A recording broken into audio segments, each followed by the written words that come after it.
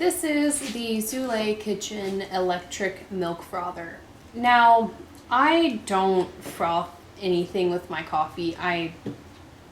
The box gives you instructions on how you can do that if you want to try it out. But I got this for the sole purpose of I wanted to mix my drinks, my collagen peptide, my greens in the morning without having to waste a spoon. And this is incredibly easy to use. It comes in many colors. This is black just because I just wanted something standard and something that would match other things in my kitchen. And all you had to do when you pull it out of the box is put 2 batteries in, 2 AA batteries. They're not included, but if you have some already, you're set up and ready to go. And for an example, just to show you how easy this is to use, I will put some collagen peptides in this glass for you. And another thing is this is incredibly easy to clean. I just stick it in another cup or the cup that I had just used, clean it off with some water.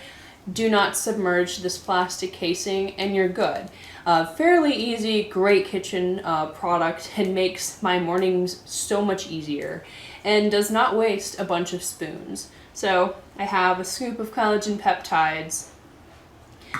Now typically I would be mixing, clanging around, and now all I have to do is just stick this in,